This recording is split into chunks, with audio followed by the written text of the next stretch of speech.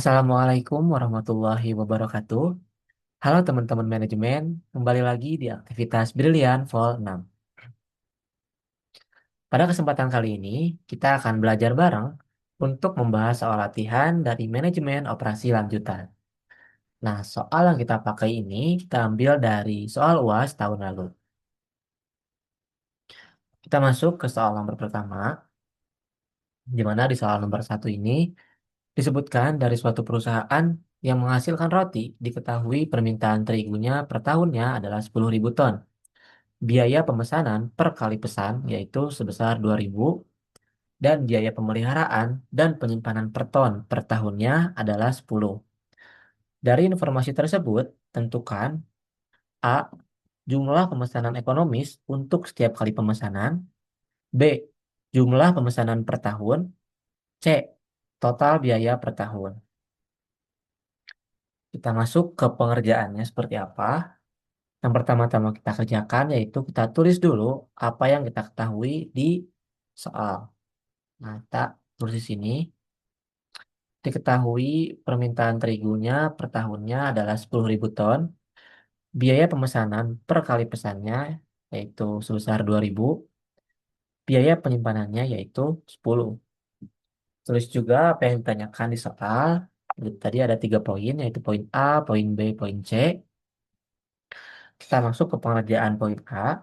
Di sini ditanyakannya yaitu jumlah pemesanan ekonomis setiap kali pemesanan. Nah, kita gunakan rumus LQ. Rumusnya apa? Rumusnya tuh ini, teman.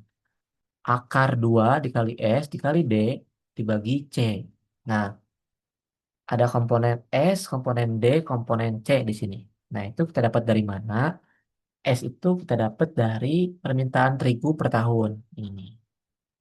Udah terus sini juga D, yaitu 10.000. D-nya, S-nya itu yaitu biaya pemesanan per kali pesan, yaitu 2.000. C-nya itu merupakan biaya penyimpanan, yaitu 10. Nah, kita udah tahu bahwa setiap komponennya itu apa. Jadi kita tinggal masukin aja si angka-angka yang tadi itu ke rumus di sini. Akar 2 dikali S, S-nya itu 2.000, dikali D, D-nya itu 10.000, dibagi C, C-nya itu 10. Setelah kita hitung, kita dapat hasil yaitu akar 40 juta dibagi 10 sama dengan yaitu 2.000. Itu. Jadi, jumlah pemesanan ekonomis untuk setiap kali pemesanannya yaitu sebesar 2.000. Ini teman-teman. Jadi, perlu diketahui bahwa setiap jawaban yang kita hasilkan itu harus ada interpretasi dari setiap angka yang kita hasilkan. Kayak gini misalnya kita dapat angka 2.000. Nah, 2.000 ini tuh apa sih? Kita harus interpretasiin. Gitu. Masuk ke yang B, yang tanyainnya adalah jumlah pesanan per tahun. Rumusnya itu adalah D dibagi EOQ. D-nya kita masukin 10.000, EOQ-nya kita masukin 2.000. EOQ ini apa? EOQ ini adalah hasil dari si poin A nih. Di sini kan disebutin bahwa kita menggunakan rumus EOQ. Alhasil kita peroleh angka 5. Kita interpretasiin bahwa 5 ini itu apa? Jadi 5 ini itu merupakan jumlah pemesanan per tahun. Jadi jumlah pemesanan per tahun yaitu sebanyak 5 kali. Lanjut ke poin C, ditanyain di sini adalah total biaya per tahun. Total biaya per tahun atau TC rumusnya adalah S dikali D dibagi Q ditambah C dikali Q dibagi 2. Kita masukin S-nya 2.000, D-nya 10.000, Q-nya 2.000, C-nya 10, Q-nya 2.000 dibagi 2. Q ini tuh merupakan EOQ ya teman-teman. Merupakan EOQ. Oke. Tuh. Hasil kita dapat angka yaitu 10.000 ditambah 10.000. Kita peroleh angka 20.000. Jadi total biaya per tahunnya yaitu sebesar 20.000. Itu untuk nomor satu. Jadi kita perlu tahu rumusnya itu apa, dan kita perlu tahu bahwa setiap komponen di rumusnya itu berarti apa. Setelah itu baru kita masuk-masukin si angka dari yang kita ketahui di soal ke dalam rumus. Lalu kita interpretasiin. Lanjut ke soal nomor 2. Di nomor 2 ini diketahui dari perusahaan yang menghasilkan produk X bahwa biaya tetap sebesar 2 juta. Biaya variabel per unit produknya sebesar 6.000 dan harga jual per unitnya adalah 8.000. Dari data tersebut tentukan A. Pada penjualan berapa unit perusahaan tidak untung dan tidak rugi atau BP, break even point. Yang B, buat grafik lengkap yang menunjukkan terjadinya BP tersebut. Kita masuk ke pengerjaannya. Seperti biasa, kita tulis dulu apa yang diketahui di soal, yaitu biaya tetap sebesar 2 juta. Itu biaya tetap ini merupakan fixed cost. Jadi adalah biaya yang tetap. Ada biaya variabel sebesar 6.000, itu variable cost, VC, dan harga jual per unit sebesar 8.000, itu S. Kita ditanyainnya BP dan si grafiknya itu seperti apa. Oke, kita jawab. Poin A, ini kita menggunakan rumus BP. Nah, BP ini ada dua rumusnya teman-teman. Ada BP unit dan BP rupiah. Kalau BP unit ini kita akan mencari tahu di penjualan berapa kita sampai ke titik BP. Nah, sedangkan rumus BP rupiah ini untuk mencari tahu di si penjualan angka berapa rupiah gitu. Kita itu mendapat BP. Pertama-tama kita hitung dulu si BP unitnya menggunakan rumus ini. FC dibagi S dikurang VC. Jadi kita sudah ketahui FC itu apa, S itu apa, VC itu apa. Langsung kita masukin angka-angkanya di sini. VC, VC itu 2 juta. Ini S-nya itu 8.000. VC-nya itu 6.000. Hasil kita dapat angka 1.000. Jadi BP ini akan tercapai pada penjualan di 1.000 unit. Kayak gitu. Kita akan cari tahu bahwa ketika kita menjual 1.000 unit ini, kita dapat uang berapa sih? Tuh. Nah, untuk mencari tahu hal tersebut, kita gunakan rumus BP rupiah. Rumus ini rumusnya. FC dibagi 1 dikurang VC dibagi S. Kita masukin FC-nya 2 juta, 1 dikurang 6.000, yaitu VC dibagi S, 8.000. Hasil kita dapat angka yaitu 2 juta dibagi 0,25. Kita hitung hasilnya adalah 8 juta. Jadi, kita interpretasiin lagi. Jadi, BP rupiahnya adalah 8 juta.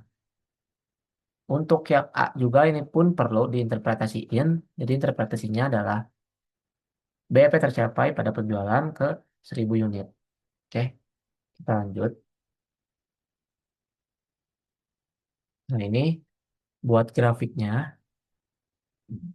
Kita masuk ke tabel yang ini dulu, teman-teman.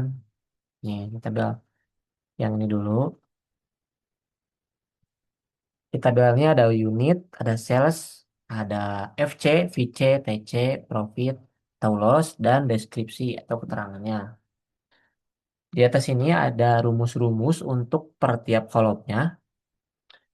Unit ini kita eh, sebenarnya nggak ada rumus tetapnya, kita perkirain aja patokannya dari mana. Patokannya dari BP yang telah kita peroleh di si poin A. Tadi kan kita peroleh bahwa BP-nya itu diperoleh pada unit ke 1.000 ini, dan pada penjualan sebesar 8 juta. Nah, dari itu unitnya ini kita estimasikan saja mau itu kelipatan 2 atau kelipatan eh, yang teman-teman senyamannya teman-teman aja. Sini kita gunakan kelipatan 200 untuk sampai ke 1.000 ini. Ini 0, unitnya 0, 200, 400, 600, 800, 1.000, 1.200, 1.400. Yang penting si kelipatannya itu ada di si angka BP-nya teman-teman. Gitu. Untuk sales ini rumusnya apa? Rumusnya itu S dikali unit. Jadi, alhasil kita peroleh angka-angka di tabel sales ini. FC ini nggak ada rumusnya, tinggal pindahin aja dari si soal yang diketahui. Jadi kan FC-nya itu diketahui 2 juta, kita masukin semua 2 juta. VC-nya ini, rumusnya ini, VC dikali unit. TC ini rumusnya FC ditambah VC. Profit atau loss ini rumusnya sales dikurang TC. Aku kasih contoh satu, misalnya kita cari yang sales. Nah, kenapa sales ini yang pertama nol? Karena awal-awal unitnya pun nol, berarti kan nggak ada penjualan. Kita nggak dapat untung apa-apa, jadi nol. Di penjualan, di unit ke 200, di penjualan ke 200, salesnya berapa? Kita coba pakai rumus ini, S dikali unit. S-nya itu kan tadi 8.000 ya di soal, di yang diketahui di soal itu S itu 8.000. 8.000 dikali 200, hasil kita dapat 1.600.000. Itu buat sales. Buat VC, itu rumusnya VC dikali unit. VC-nya itu tadi kan kita ketahui di soal itu 6.000 ya. Jadi pada unit ke 200, VC-nya itu lah 1.200.000. Jadi kan 200 dikali 6.000. Gitu. TC, TC ini kita tambahin aja VC dan FC-nya. Untuk profit loss, sales dikurang TC, berat ini nih. Salesnya itu berapa? 1.600 dikurang TC-nya itu 3.200.000. Maka kan itu akan minus 1.600.000. Maka keterangannya ini adalah loss karena masih minus. Kayak gitu. Kita lihat, kita perhatikan di tabel yang unit ke 1.000, keterangannya itu BP. Kan ini angka-angka yang kita peroleh di poin A itu 1.000, salesnya 8.000, maka ini BP. Ke bawahnya itu profit. Kayak gitu. Jadi di titik BP ini perusahaan tidak untung juga tidak rugi. Jadi titiknya tuh impas gitu. Balik modal lah. Nah ini eh, saya fokus ke grafiknya. Ini ada grafiknya di sini. Garis yang kiri ini merupakan sales, yang kanan ini merupakan unit. Kita taruh angka 1.000 di sini. Jadi ini kan grafik BP ya. BP-nya itu tadi kan ada di unit 1.000 dan penjualan di angka 8 juta. Maka kita taruh di sini 1.000 dan di sini 8 juta. Ini 2 juta apa? 2 juta ini untuk kita melihat eh, fixed cost-nya itu di angka berapa. Tuh. Maka kita tarik garis dari nol aja kan nol, ya. Tarik garis biru ke atas dan merah dari 2 juta ini. Kayak gitu.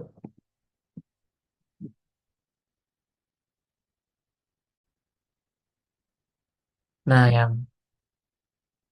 yang garis biru ini merupakan sales atau total revenue dan garis merah ini merupakan total cost.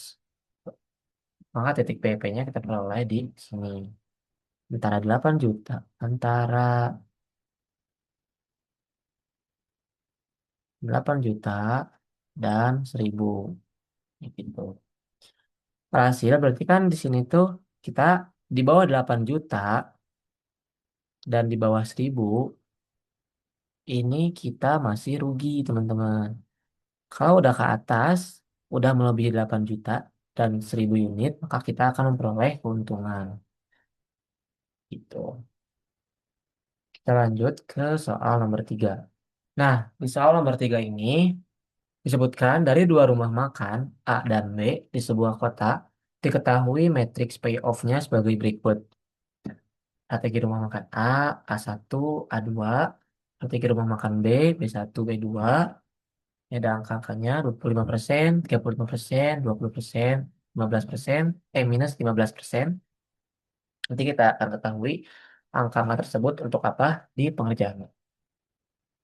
Lalu disebutkan bahwa rumah makan A memegang posisi ofensif dan rumah makan B berada pada posisi defensif. Dengan informasi tersebut, tentukan strategi optimal untuk kedua rumah makan tersebut. Ya, kita masuk ke pengerjaannya. Hmm. Ya, kita tulis lagi, diketahui metrik payoff. Ini tabel yang tadi teman-teman masih sama, nggak ada perubahan apapun. Keterangannya rumah makan A ofensif, sedangkan rumah makan B itu defensif. Ditanya strategi optimal untuk kedua rumah makan tersebut. Jawab kita ke pengerjaannya. Rumah makan A kita cari nilai maksiminnya karena dia ofensif. Nah, tabel yang ini kan ini tabel yang tadi ya, yang kotak ini. Itu kan tabel yang tadi ya, masih sama, nggak ada perubahan apapun.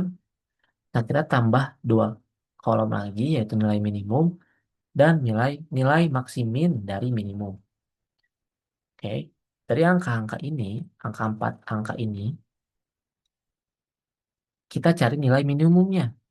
Nih, di baris A1 ini, nilai minimumnya adalah 25%.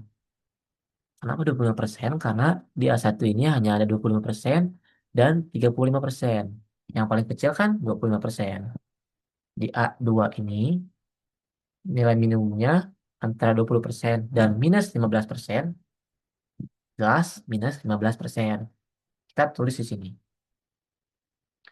Untuk tabel selanjutnya, nilai maksimum dari minimum. Dari dua angka di nilai minimum ini, kita ambil nilai paling besar. Itu 25%. Kita masukin di sini. Lanjut, kita masuk ke rumah makan B. Kita cari minimaxnya, karena dia defensif. Gitu. Sama, ini pun kita tambahin dua tabel, nilai maksimum dan nilai minimum dari maksimum. Jadi kebalikan dari rumah makan A, karena rumah makan B ini dia defensif gitu. Dia ngambil nilai yang paling rendah, nilai minimum. Oke, kalau tadi kita ke kanan, kita nyari rumah makan A, kita sekarang ke bawah, nyari rumah makan B. Jadi kita patokannya B1 dan B2. Oke, di B1 nilai maksimumnya antara 25% dan 20% itu jelas 25%. Ini persen. Di B2 antara 35% dan minus 15% jelas nilai maksimumnya adalah 35%. Nah, lanjut. Untuk nilai maksimum dari minimum, untuk nilai minimum dari maksimum antara 25% yang ini dan 35% nilai minimumnya adalah 25%. Kayak gitu. Jadi untuk interpretasinya yaitu strategi optimalnya adalah rumah makan A itu ke A1. A1 nih. Kita kan dapat angka di sini 25% ya. 25% itu di mana sih? Di A1 di sini. Untuk rumah makan A ya. Nah, untuk rumah makan B, kita cari di mana? Ini 25% juga nih. Berarti ada di kolom B1 di sini kan. 25%. Jadi kayak gitu teman-teman. Jadi strategi untuk rumah makan B itu adalah ke B1. Sebesar 25%. Lanjut, selanjutnya, perusahaan distribusi nasional berencana membuka gudang gudang pusat untuk melayani pelanggan di tiga wilayah A, B, dan C. Data lokasi dan permintaan pelanggan adalah sebagai berikut. Ini tercantum lokasinya A, B, C, koordinat X dan Y-nya. Tercantum juga permintaan pun tercantum. Ditanyainnya adalah tentukan lokasi pusat distribusi menggunakan metode center of gravity. Jelaskan bagaimana metode ini dapat meningkatkan efisiensi logistik perusahaan. Kita masuk ke pengerjaannya. Seperti biasa, tulis apa yang diketahui di soal dan apa yang ditanyakan di soal. Oke, masuk ke pengerjaannya sebelah sini. Rumus yang digunakannya yaitu ini, teman-teman. Ada rumus untuk si koordinat X, dan ada rumus si untuk si koordinat Y. Ini pun ada penjelasan-penjelasan dari setiap elemen di rumusnya. Misalnya ada D ya. D ini merupakan permintaan, X ini merupakan si koordinat yang ada di soal, ini pun sama, dicek.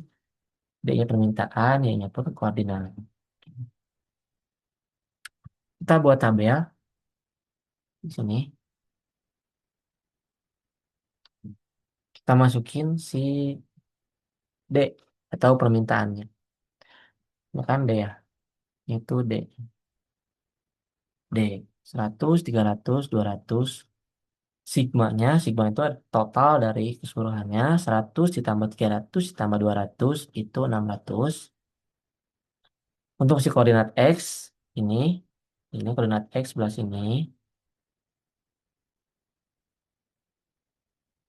2 6 4 gitu. Ini untuk X dikali D. Jadi 100 dikali 2, 200, 300 kali 6, 1800, 200 kali 4, 800. Terus ditotalin ke bawah, 200 ditambah 1800 ditambah 800, sigmanya 2800. Yang Y pun sama, ini yang Y sebelah sini, 5 8 dan 2 kita masukin sini, 5 8 2 terus kita kaliin sama si D-nya, sama kayak yang awal, kita peroleh hasil seperti berikut. Lanjut, di sini keterangannya, masukkan angka ke dalam rumus. Kayak kita mulai dari si yang CX. CX ini merupakan sigma D dikali X. Ini kan D dikali X tuh yang tabel ini teman-teman nih. Kita pakai warna hijau deh. Nih, tabel ini pakai angka yang ini teman-teman, sigma-nya. Sigma dari X kali D. Ini ya, untuk yang atas ini. Kita masukin 2800 dibagi sigma D. Ini ya, teman. Kita masukin, hasil kita peroleh angka 4,67. Yang untuk koordinat yang Y pun sama. Kita masukin angka-angkanya. Di sini ketahui angka rumusnya itu sigma D dikali sigma dalam kurung D dikali Y. Pakai tabel yang ini. Sigmanya 3300 dibagi sigma D. Ini 600. Hasil kita peroleh angka 5,50.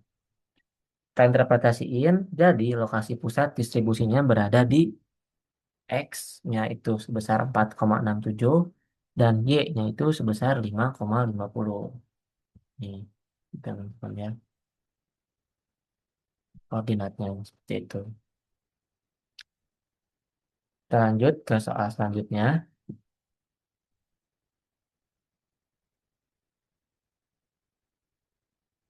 Soal nomor 10 disebutkan bahwa PT Furnimod adalah perusahaan manufaktur mebel modular yang memproduksi lemari serbaguna. Untuk komponen rak dalam item R, kebutuhannya tergantung pada rencana produksi akhir produk utama. Komponen R tidak memiliki persediaan awal dan lead time-nya adalah 1 minggu. Berikut adalah kebutuhan bersih untuk item R berdasarkan jadwal produksi akhir. Kita harus garis bawahi informasi-informasi yang diperoleh dari perusahaan, karena ini adalah sebagai kata kunci untuk menjawab soal ini. Sini ada, tengusnya itu ada nih, komponen R tidak memiliki persediaan awal dan lead time-nya adalah 1 minggu. Lanjut, kita ke pengerjaannya. Di sini ada informasi tambahan juga bahwa kita disuruh untuk menggunakan metode load for load atau LFL untuk menentukan Planet Order Release untuk item R. Tampilkan juga tabel perencanaan MRP-nya yang mencakup gross recruitment, schedule receipt, project on hand, plan order release. Asumsikan tidak ada schedule, ship, dan tidak ada persediaan awal. Ini pun informasi penting yang akan kita pakai untuk mengerjakan soal nomor 10 ini.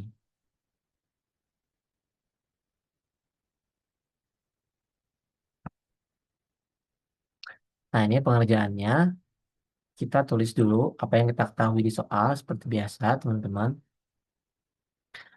Keterangannya, komponen R tidak memiliki persediaan awal di time 1 minggu. Yang ditanyainnya ini ya, tadi untuk plan order release-nya. Asumsinya seperti apa? Asumsinya tidak ada schedule shape dan tidak ada persediaan awal. Oke, kita masuk ke pengerjaannya. Kita sini buat tabel untuk menjawab si soal nomor 10 ini. Tabelnya ada apa aja? Seperti yang disebutkan tadi di soal, diminta di soal, ada gross recruitment dan lain sebagainya. Kita masukin gross recruitment-nya itu ada di soal tadi ya, teman-teman. Di minggu pertama itu 0, tahu strip ya. Di soalnya dari strip. Minggu kedua 120, 3 100, minggu keempat 160, minggu kelima 140. Untuk schedule receipt-nya, kita lihat di asumsinya. Nih yang ini. Tidak ada. Berarti ini kita nolkan semuanya. Nol, nol, nol, nol. Nah, tidak ada.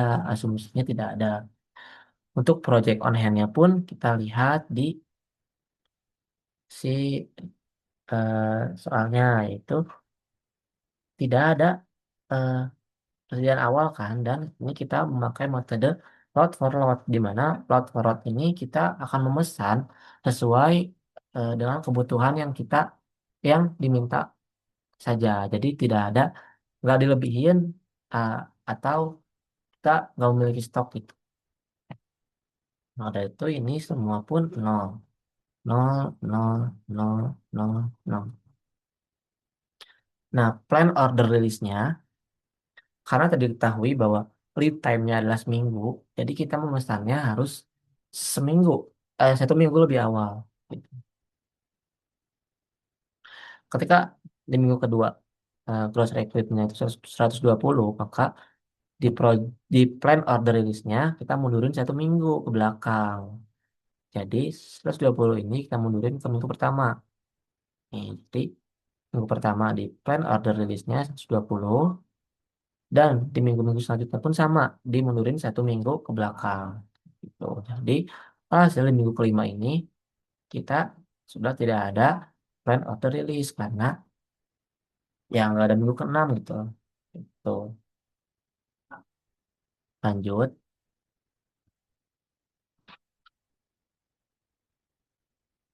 Nah ini untuk soal nomor terakhir. Nomor Oke teman-teman kita masuk ke soal nomor 10. Perusahaan teknologi sedang mengembangkan aplikasi mobile terbarunya untuk layanan kesehatan. Proyek ini mencakup berbagai aktivitas, mulai dari perencanaan awal hingga peluncuran aplikasi. Berikut adalah daftar aktivitas dan hubungan antara aktivitasnya. Kita bisa lihat di tabel yang sudah saya tampilkan sebelah kiri. Ditanyakan poin A, buatlah diagram jaringan proyek, network diagram, berdasarkan aktivitas di atas. Poin B, hitung jalur kritis dan durasi proyek secara keseluruhan. Sebelumnya, kita harus tahu interpretasi dari setiap elemen di tabel eh, yang sudah saya tampilkan ini. Di sini ada aktivitas. Ini ada aktivitas A, B, C, dan D, E, F, G, dan H. Ini durasi. Jadi untuk mengerjakan aktivitas A ini kita butuh durasi 2 hari, B 4 hari, dan seterusnya. Dan untuk pendahulu ini merupakan aktivitas pendahulu. Untuk aktivitas A kita nggak ada pendahulunya, jadi ini merupakan aktivitas pertama. Untuk B ini kita pendahulunya adalah aktivitas A. Jadi setelah aktivitas A kita bisa lanjut ke aktivitas B. Untuk yang C pun pendahulunya aktivitas A. Jadi setelah menyelesaikan aktivitas A, kita eh, mengerjakan B dan C. Ataupun bisa kayak misalnya interpretasinya gini. Kita baru bisa mengerjakan aktivitas B ketika aktivitas A sudah selesai. Ke bawahnya pun sama. Nah, kita masuk ke pengerjaannya.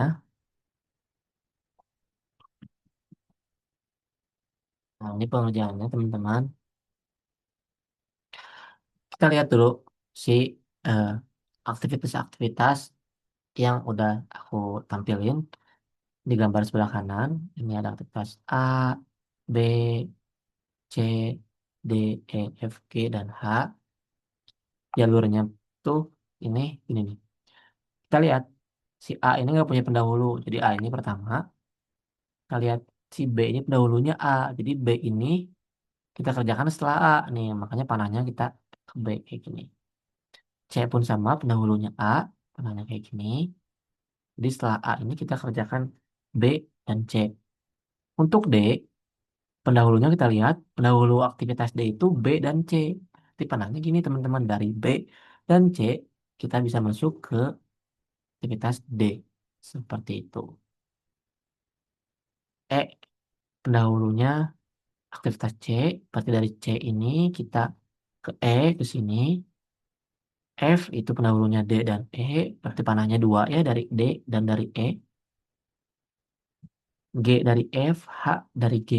Sama kayak yang awal ya, teman-teman. Nah, selanjutnya kita akan menginterpretasikan setiap angka yang ada di si bulatan-bulatan ini, teman-teman. Pertama-tama kita fokus dulu ke setengah bulatan ke atas. Oke, ini teman-teman. Untuk si angka yang ada di kolom ini merupakan angka dari aktivitas sebelumnya. Karena di A ini adalah aktivitas pertama, maka kan nggak ada aktivitas sebelumnya, ya. Maka di sini angkanya adalah nol. Kayak gitu. Untuk angka yang tengah ini merupakan durasi dari setiap aktivitasnya. Durasi A ini adalah kan 2 hari ya. Saya tulis 2 di sini. Dan angka di sini tuh merupakan penjumlahan eh, durasi dari aktivitas sebelumnya dan durasi si aktivitas tersebut. Oke, ya misalnya nih, 0 ditambah 2 sama dengan 2. Akan lebih jelas ketika kita menjelaskan di si aktivitas B. Oke. Nih, kita fokus ke setengah bulat ke atas ya. Jadi untuk angka di bawah ini yang minus 2 dan 6 ini jangan dulu kita perhatiin. Kita buat nanti. Kita fokus dulu ke yang atas. Sama semuanya pun kayak gitu. Nih, 2 ini dari mana? 2 ini adalah dari aktivitas sebelumnya. Dari si angka di sini teman-teman. Nih, kita pindahin aja ke sini. Taruh 2 di sini. 4 ini durasi dari aktivitas B. 6 ini merupakan penjumlahan dari 2 ditambah 4. Tuh. Atau lagi nih, aktivitas D. Nih, untuk aktivitas D ini kan ada 2 sumber ya. Bisa dari B, bisa dari C. Mana sih yang kita ambil? Nah, untuk eh, memulainya kita ini mulai ya. Kita ambil angka paling gede. Gitu. Kan di B ini angkanya 6 ya, teman-teman. Dan di C ini angkanya 5. Dari itu kita ambil angka paling besar, yaitu dari aktivitas B, 6. Kita masukin 6 di sini. 5 ini durasi dari aktivitas D. Kita jumlahin 6 tambah 5, 11. Dan seterusnya kita masuk ke F. Gitu. Untuk F ke G, G ke H itu sama kayak tadi ya. Untuk yang F ini sama kayak si aktivitas D. Karena si aktivitas F ini ada 2 sumber dari D dan dari E. Kita ambil yang paling gede, itu dari D, 11. Makanya di sini angkanya adalah 11. Kayak gitu. Nah, sekarang kita fokus ke setengah bulat di bawah. Kalau tadi kita fokus ke angka-angka yang di atas, kita fokus ke angka-angka yang di bawah. Angka-angka ini, teman-teman. 0, 2, ini angka-angka ini ya. Yang setengah bulat ke bawah. Nah, untuk membacanya, kita baca dari akhir. Jadi kebalikannya. Sebenarnya cuma dibalik aja sih. Ini kan 17. Nah, angka 20 dan 17 ini kita peroleh dari mana? Dari yang atas, kita tinggal pindahin aja dari sini nih. Angka ini. Kita masukin aja ke bawah. Sini. Ini pun sama, masukin sini. Nah, oke. Dari H, kita mundur ke G. Panahnya kan gini. Maka kita tulis lagi yang di sini nih sama. 17. Kita tulis di sini. 17 dikurang 2. Karena ini mundur, maka itu dikurang ya. 17 kurang 2 sama dengan 15. Itu 15 kita taruh di sini lagi. 15 kurang 4, 11. Gitu. Kita taruh di dua-duanya. Karena ini bukan pilihan ya teman-teman. Kita taruh di dua-duanya. 11 saya taruh di sini. Ini kita hitung lagi. Gitu. Nah, yang perlu diperhatikan ini di poin C. Sama kayak tadi, karena ini sumbernya ada dua. Dari poin D dan dari poin E. Nah, kita ambil yang mana sih? Nah, kebalikan dari yang awal. Kalau yang awal kita ambil yang paling gede, ini kita ambil yang paling kecil. Nah, antara aktivitas D dan aktivitas E, angka yang paling kecil itu berapa sih? Antara 9 dan 6. Jelas, kita ambil angka 6. Nah, di sini angkanya 6. Kayak gitu, teman-teman. 6 dikurang 3, 3. Gitu kan. Nah, di sini pun di poin di aktivitas A pun sama. Kita ada dua sumber dari B dan dari C. Kita ambil yang paling kecil yaitu 2. Ini tuh 2 ya teman-teman, bukan bukan minus 2, ini tuh 2. Ini pun bukan minus 3, ini pun 3, positif 3 ya. Ini 2. Nah, patokannya ketika kalian mau lihat pengerjaan kalian benar atau enggak tuh, di sini teman-teman, di si aktivitas A. Di aktivitas A ini tuh si angka atas dan bawahnya harus sama. Ini 0, bawahnya harus 0. Ini 2, bawahnya harus 2. Kalau udah sama, berarti itu udah benar. Gitu. Itu buat si eh, network diagramnya ya, teman-teman. Jadi kita perhatiin si pendahulunya apa dan si durasinya berapa. Tuh. Untuk jalur kritisnya, kita cari angka atau aktivitas-aktivitas yang si bulatannya itu sama angkanya, teman-teman. Misalnya nih, contohnya kayak gini. Yang sama tuh contohnya kayak B. Aktivitas B itu angkanya sama, teman-teman. Atasnya 2, bawahnya 2. Atasnya 6, bawahnya 6. Sama tuh. Aktivitas D sama. Atasnya 6, bawahnya 6. Atasnya 11, bawahnya 11. Kayak gitu.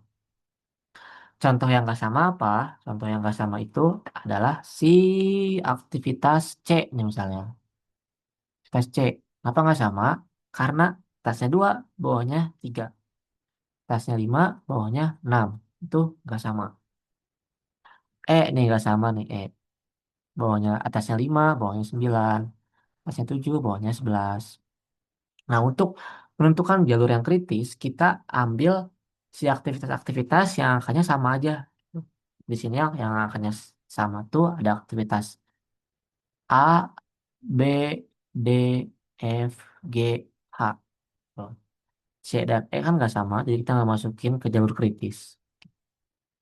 Setelah itu kita ambil angka-angka durasi dari setiap aktivitasnya. Kayak gini misalnya A durasinya 2, itu diketahui di soal kan. B durasinya 4, D5, F4, G2, H3. Tinggal kita tambahin aja. 2 tambah 4 tambah 5 tambah 4 tambah 2 tambah 3 sama dengan 20 hari. Maka lama pengerjaan yang harus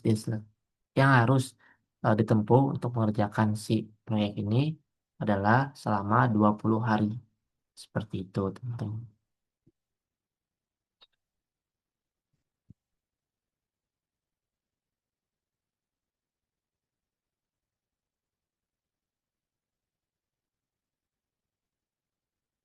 Nah, untuk soal latihannya udah selesai, teman-teman. Terima kasih untuk teman-teman yang udah nyimak sampai akhir video. Semoga UASnya dilancarkan dan semoga kalian mudah untuk memahami apa yang sudah kita bahas tadi. Kalaupun ada pertanyaan dari teman-teman, boleh langsung untuk didiskusikan di grup Brilian yang sudah tersedia. Di sana kalian kita bisa diskusi terkait soal-soal UAS yang dibahas di YouTube Brilian ini dengan sangat terbuka gitu teman-teman. Jangan malu untuk bertanya dan berdiskusi di grup karena itu memang tempat seperti itu. Mungkin sekian yang dapat saya sampaikan. Mohon maaf bila banyak salah dalam ucapan atau dalam menjelaskannya. Sampai jumpa di aktivitas brilian selanjutnya. Assalamualaikum warahmatullahi wabarakatuh.